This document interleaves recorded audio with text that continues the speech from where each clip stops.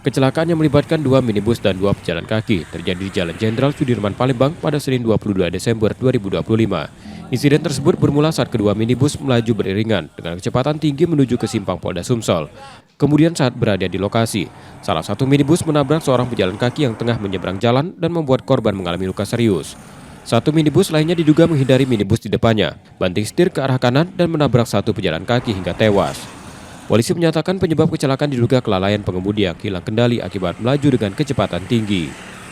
Warga di sini yang katanya melihat kejadian, tapi untuk sopir yang nabrak mobil dua ini lari, sopirnya mobil ditinggalkan. Sedangkan korban kita kan mau nyebrang dari rumah sakit umum karena mau seberang sini.